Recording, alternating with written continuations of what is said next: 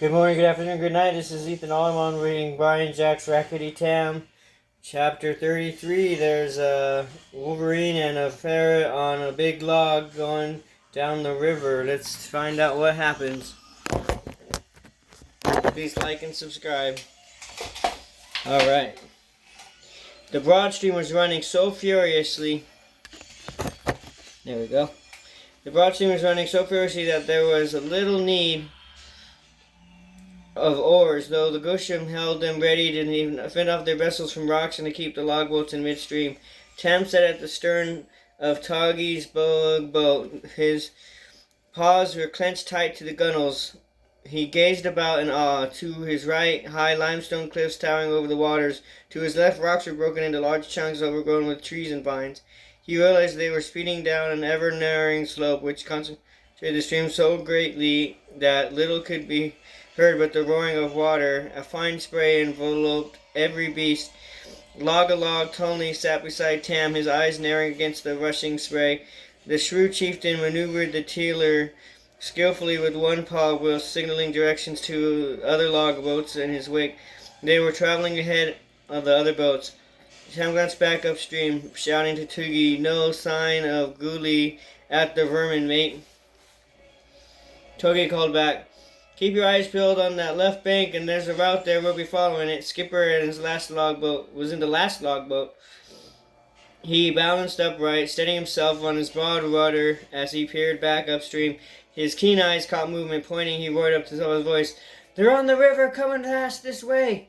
Tam and Log both turned to look in their wake. The broad stream resembled a single long, narrowing avenue. In the distance, the big willow trunk of thundering downstream loaded with vermin. Gulu could be seen standing high amid the roots which formed the prow. The Wolverine was gesturing madly as he exhorted his crew to paddle with branches and spears. Tam's first reaction was one of alarm. This huge tree seemed to be gaining on them, traveling at a very fast pace indeed. Tuggy nudged a nearby shrew. Together they steadied the unusual craft racing along there in their wake. Then they held a hastily whispering conference, both smiling and nodding. The borderer looked inquiringly at the Gushan chieftain. "What's so funny, mate?" Toge pointed ahead. They're coming to up on the distance where the massive rocky outcrop poked into the water. He put his mouth close to Tam's ear. "Wait, we'll round the curve and you'll see." He waved the other longboats, pointing to the curve, noting to the left, off to the left. They signaled back, and they understood the order. Immediately, all the Gushan shrews dipped their oars and began paddling strongly with the heading current. All the longboats shot forward.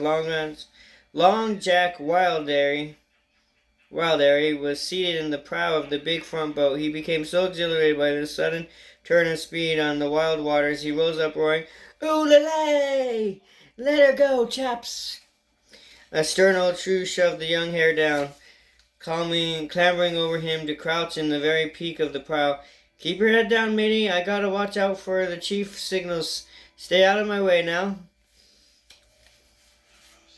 The hares in all the boats had drawn their weapons, at first thinking that Gula and his women might overtake them, but when it came obviously that he would not, they put up their arms and clung tight to the gunwales, their ears blowing out straight behind them as the longboat skimmered over the boiling waters.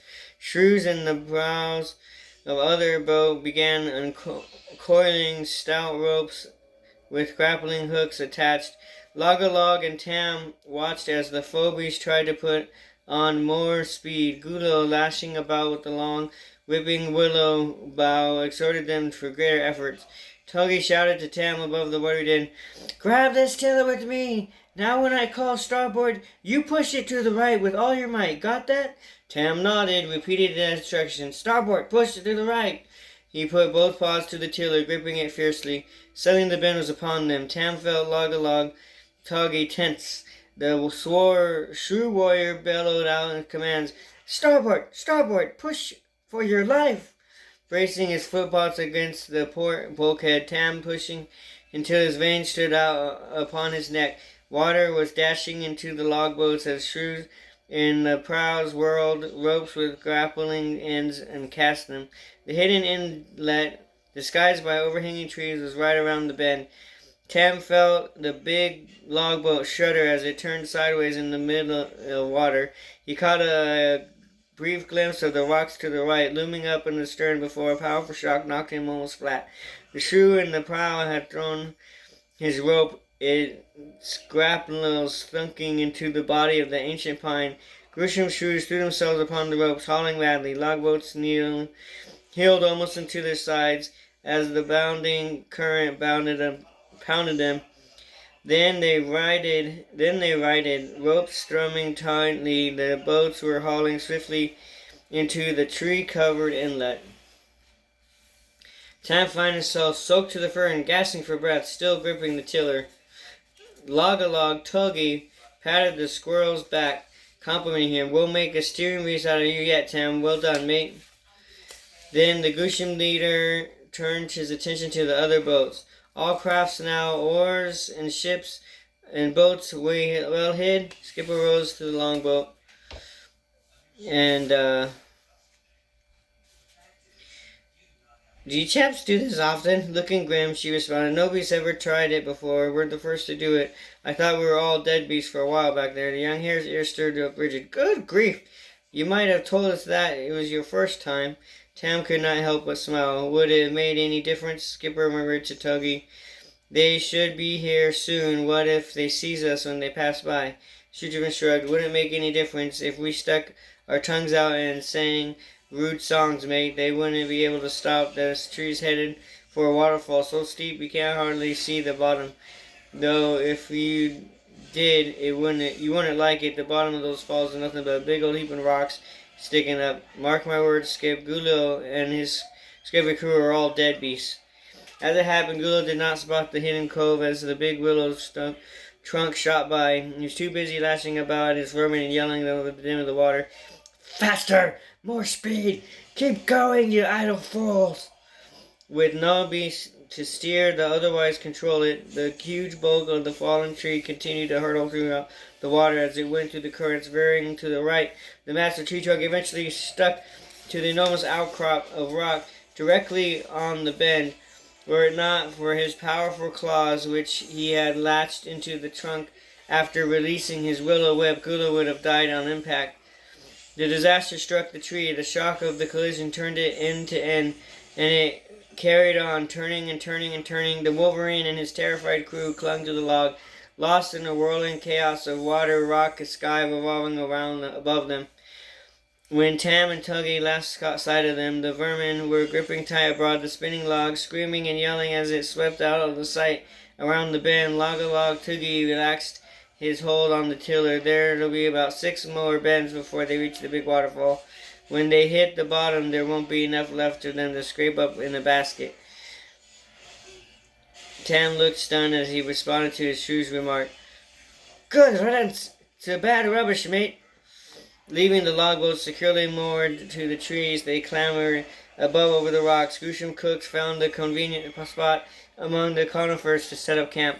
There was a fire built, water fetched from the stream, and water garments set out to dry. Every beast took their ease, wearing after their ordeal in the wild waters, which could still be heard thundering along in the background. Tam Tam sat with Skipper and Togi, watching the westering sun setting distant trees into silhouettes tinged with purple and gold.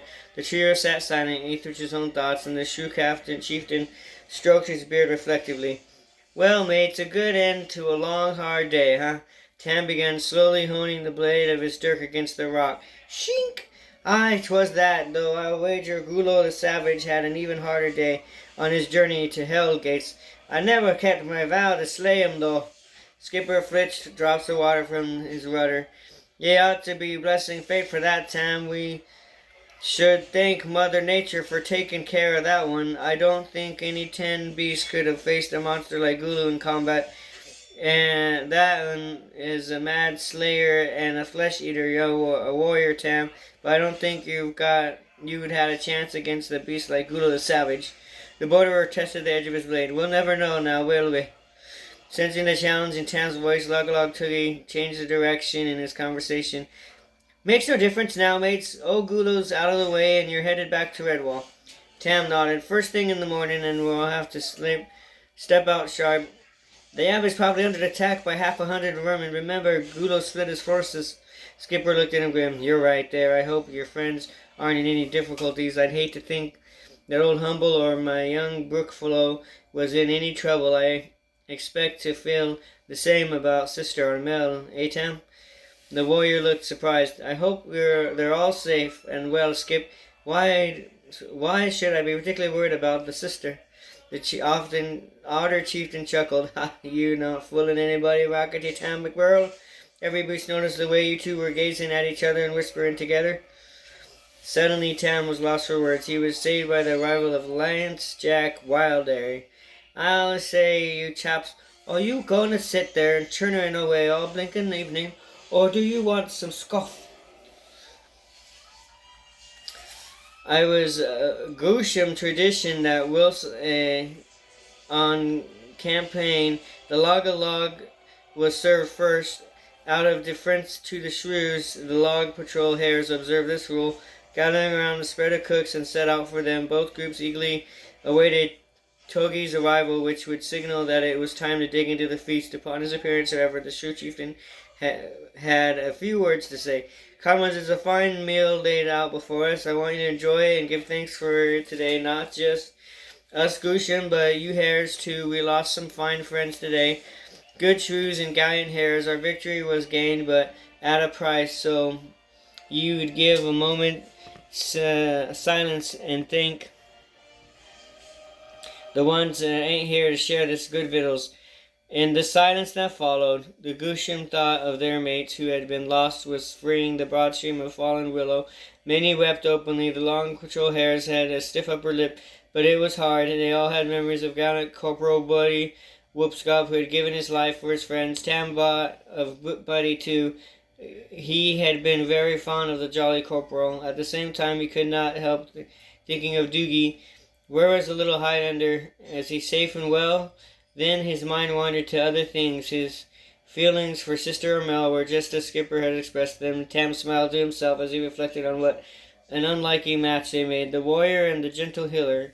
The very was broken with the shrew cook held out a plate of stew, some rough bread, and a beaker of shrew beer to Tam. Here you are, matey. Get that lot inside of you. A night fell over the waters in the woodlands. They did not what warriors always did after a long, hard day. Ate well, drank heartily, told tales, and especially popular with the young hares for the long patrol, sang songs. One merry skunk-filled but a hare maid with a thrilling voice entertained them with a barrack room monologue. We'll pitch the tush, and upon my word, I am the Primor's warrior. The day I joined the long patrol, no maid was ever sore. They woke me up at break of dawn to send me off to war. Before I had a chance to bathe or dust catch dainty paw, I went away to fight the foe with comrades rude and rough. They never seen a perfume spray, much less a powder puff, with not a drop of daisy balm or rosehip lotion. I marched along the dreadful side, my ears shook with emotion. Then soon we faced the enemy, as was my firm belief. Between the awful scruffy lot was not one handkerchief. What were the mothers thinking of? No one had watched his face. I mentioned to my officer, they looked of real disgrace. I filled with indignation, then I charged them single pod, with bolt a mirror for a shield and parcel for a sword. I curled their hairs and brushed their teeth, I wiped their runny noses, then sprayed on toilet water till they smelled like roses. They ran away in swift retreat, that ramble so unseemly. My general then promoted me for beating them so cleanly. So when you see me on parade, you chaps must all salute. I'm called the Pirate's Wager now, and isn't that a hoot? That's a cool song. Every beast laughed and applauded, especially the shrews. Log Tongue remarked to the Lance Jack, "Ho, ho, ho, that one's a pretty little maid, ain't she?" Waterbury nodded. She is indeed, sir. Don't be fooled. Mary Scott is hot as steel and death with a lance, and she you call a perilous beauty, what? Tuggy observed drearily. All these young uns and perilous, both shrews and hares. 'Tis the life we chose. He turned to Skipper. Well, matey, what do you reckon of the Goosham stew, eh? The burly otter was into his third bowl. Oh, very tasty, very nice. But ain't you buckles never heard uh, uh hot root pepper? Tuggy pulled a white face. Aye, but that stuff's a bit too warm for Grewshome's stomachs. No doubt you'll soon be slurping it down where you get to the Abbey. They've probably got lots of hot root pepper there. The otter chieftain gazed fondly at the fire. They do it indeed, mate. Good old Redwall. I can't wait for the dawn when we'll begin to marching to my Abbey. Dawn came soon enough, sooner than some expected who were looking forward to a late sleep. The camp came a bustle with hastening taking breakfast. Log. Tuggy briefed Tam. Skipper, I'm taking my crew back to the longboats. Business to see to you, mates. Redwall's about a couple days marching from here. I'll leave you one shrew and two shrew. They'll guide you back to the Abbey. After they had said their goodbyes, Tam found that in the absence of Cold-Blooded and Wilson, he was left to give the orders. The borderer did so with practiced ease. Soon his bark was echoing round the camp. Come on now, me lucky lads and lasses, time to march for Redwall. Fall into the long patrol. Lackety, the fill and the bud were in the centre. Right markers for in. Tension, look into bud front centre. Remarkers, look into your dressing. You sloppy lot of fiddle-pawed, wobble-legged excuses for hairs. Silence in the ranks there. By the left, quick and march up to. The column struck off briskly through the morning woodlands. One of the young hells murmured to his companion, Screw! Did you hear Mr. McBurrow then? I thought it was an old Sarge One-Wheel for a blinking moment. His friend replied, Sounded jolly well like him. What? Nearly brought me a tear to my flippin' eye, then thinking of Sarge One-Wheel, grumpily old, gravely gusted beast. I missed him. I'll bring a tear to your eye, lady, luckily, young hare. Cut his eye sideways to see Tam marching on the other side of him. The borderer looked every inch the sergeant major, with his dirch tugged horizontally like a swagger stick. He scowled ferociously at the talkers. I'll bring you so many tales that both of your eyes are thinking of marching into the underwater. You're straighten those shoulders, move those paws, and shut those mouths. No gossiping in the ranks. Do you hear me? Both hares tucked their chins and bawled simultaneously. Yes, sir. No gossiping in the ranks, sir. Tam fell back to a pace or two, smiling to himself. Skipper caught up with him, nodding to his admiration. That sounded good, mate. Where did you learn to give orders like that? Just a proper roughneck officer. Tam shrugged. Oh, here and there, you know, Skip. For the past few seasons I've been in the service of Full Squirrel King. You're sort of pick it up as you go along. Mid-afternoon, the shrew scouts reported back. One shrew and her sister had nothing urgent to convoy. The route was clear, and they had picked out a spot for early evening stopover. Tam dismissed them, then called out for his hares. Listen up now, you bird-raggled bewitched beauties. Our scouts have found an early evening lift over. Do you want to stop there, or march on into the dark and see if we can make Redwall Abbey in record time? A roar of well-driven voices came back to him. March on, sir! March on! Skipper surprised Tam by blowing out. March on it is, you lollipop-lilies. Keep up the pace there. I want to get back to my Redwall before I grow old and need a stick. Step lively there. The otter chieftain winked at Tam. How do you think I did? Tam saluted his friend. Well done, Skipper. You're a born sergeant major. We'll share the commands from here to Redwall. Skipper beamed like a morning sunrise. Righto, Sergeant. They camped in the night in another spot the screw-outs had chosen further on. It was dark, and the marchers were weary. Tam and his company bathed their paws in a small brook. After a short snack at haversnack rations, they curled up and shaded glad and fell asleep immediately. Skipper was awake shortly after daybreak. He roused the hares like a true regiment sergeant. Come on, my little beauties, up on your dainty paws now. Right, who'd we deliver breakfast, a fresh salad and scones and some blackberry tarts. The gimble young hare stretched as he yawned. Oh, I say, sir, that'll just fit the bill nicely. The otter chieftain gave him a jointed eye, roaring at the unfortunate in a voice like thunder. Well, you ain't gonna get nothing like that here, Ladybug. Grab an apple or some water, and then get your hunkers and get fell for marching. You lolly-eared, bottle-nosed, bison-gobbling monovers, move, or I'll have your guts for garners or your tails for tea. Tam winked at the otter vigorously. I like that one, Skip. Misbegotten muddlers. I must remember that. How far to the Abbey now, I wonder? Skipper studied the woodlands ahead. Not too far now, mate. I started to recognize a few landmarks. One Shoe and Two Shoe are good little maids.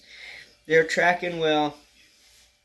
And if we make time fast, I reckon we'll reach the Abbey early tomorrow morning. They marched on through the day, making one of a brief halt in the early noontime just before dusk, and stopped at the place that two of sisters had chosen for the night's rest. It was situated on a steam bark. Skipper nodded with satisfaction. Well, root me rudder, mate, do you reckon it's place? Tam dabbled his paws and cooling says, everywhere is beginning to look the same to me, Skip. I'm a borderer, not a woodlander. Where are we? The otter pointed slightly downstream. Round about there is where, what's its name, the pesky little vole robber, hid your sword and the flag. Let's see. He dived like an arrow into the water and streaked away beneath the surface. Not having heard the skipper's conversation with Tam, the hares watched him and all. Two of the most opinionated in the group exchanged comments. Sure, that must have been some blinking energy, what? Marching since dawn and going off for a jolly old swim like that. Indeed, you wouldn't catch me doing that, old lad. Dabble in my paws a bit, that's my style. Where's the skipper gone, sir? Tam lay back on the bank, closing his eyes. Wait and see. They had not long to wait. Shortly after, Skipper bounded out to the bank with a long wrapped bundle for Tam. Found these in a hole on the other bank, right where the rascal stowed them well back. Tam unwrapped the wet banner of the Squirrel King and autumn from about his claymore. He wielded the blade fondly. My thanks to you, Skip. You've done me a great favor. Skipper shook himself like a dog and sprang some young hares with water. Ooh, my pleasure, Tam. The sun'll dry your flag out tomorrow. You can polish your sword up, and following morn you can march into the Abbey, double-bladed, waving the flag and singing your head off. Tam looked thoughtfully. Maybe, Skip, but if the red wall hasn't been taken by the vermin. Continue for chapter 34. Right, bye, love you.